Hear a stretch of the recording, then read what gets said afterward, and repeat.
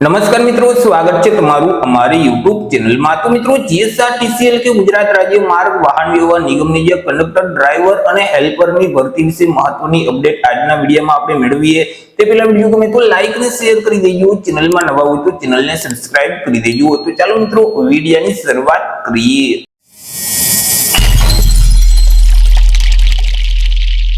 મિત્રો, જીએસઆરટીસી એટલે કે એસટી નિગમમાં મોટા પાયે ભરતી છે તે હવે ટૂંક સમયમાં જ આવશે કે જેમાં 2263 જેટલી ડ્રાઈવરની જગ્યા, 4485 જેટલી કંડક્ટરની જગ્યા અને 2344 જેટલી હેલ્પરની જગ્યા પર આ મોટા પાયે ભરતી છે તે આવનારી છે।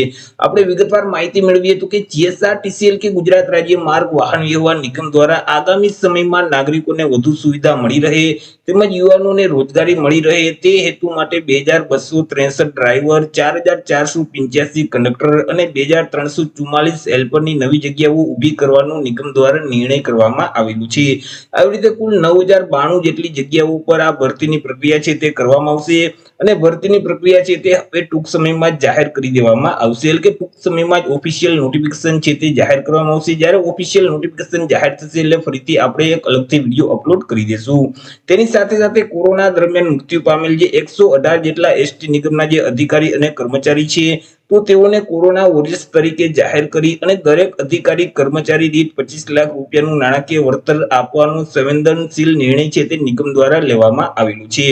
મિત્રો, અહીં એસટી નિગમની 667મી બોર્ડ મીટિંગ તાજેતરમાં યોજાઈ હતી જેમાં મુસાફરોની સુવિધાથી લઈ અને કર્મચારીના હિત માટે અનેક નિર્ણયો છે તે લેવામાં આવેલા હતા।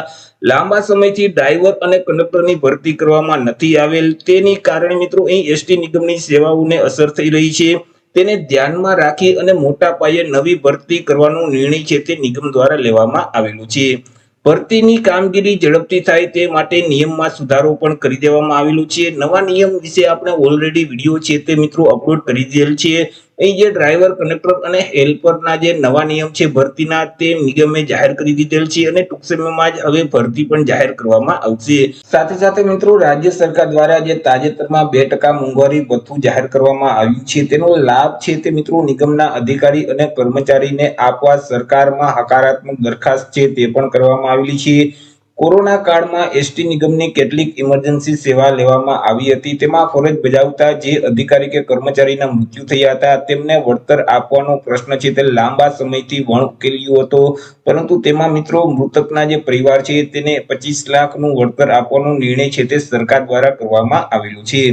રાજ્યમાં એસટી નિગમની જે સેવાઓ છે તે વધુ સુદૃઢ બનાવવા માટે અને ભવિષ્યમાં રોડમેપ અંગે નાયબ મુખ્યમંત્રી હર્ષ સંઘવી અને જે એસટી નિગમના જે યુનિયનના સભ્યો છે તેમની બેઠકનું એક આયોજન છે તે કરવામાં આવેલું હતું જેમાં મુસાફરોની સુવિધામાં વધારો કરવા અને નિગમની કાર્યક્ષમતા કેવી રીતે વધારી શકાય તે મહત્વના મુદ્દે પણ ચર્ચા છે તે કરવામાં આવેલી હતી। એસટી નિગમ દ્વારા મુસાફરો પાસેથી ડિજિટલ પેમેન્ટ થકી પણ ભાડું છે તે વસૂલવામાં આવે છે। તેના કારણે નિગમની કુલ દૈનિક આવક છે તેમાં લગભગ 39% જેટલી આવક છે તે કેશલેસ અને ડિજિટલ પેમેન્ટ દ્વારા હાલ અત્યારે કરવામાં આવી રહી છે। તો આવી રીતે મિત્રો ટૂંક સમયમાં જ જીએસઆરટીસી એટલે કે એસટી નિગમ છે તેના દ્વારા મિત્રો અહીં ભરતી છે તે જાહેર કરવામાં આવશે। બમ્પર ભરતી છે, મોટા પાયે ભરતી અહીં નિગમમાં આવનારી છે।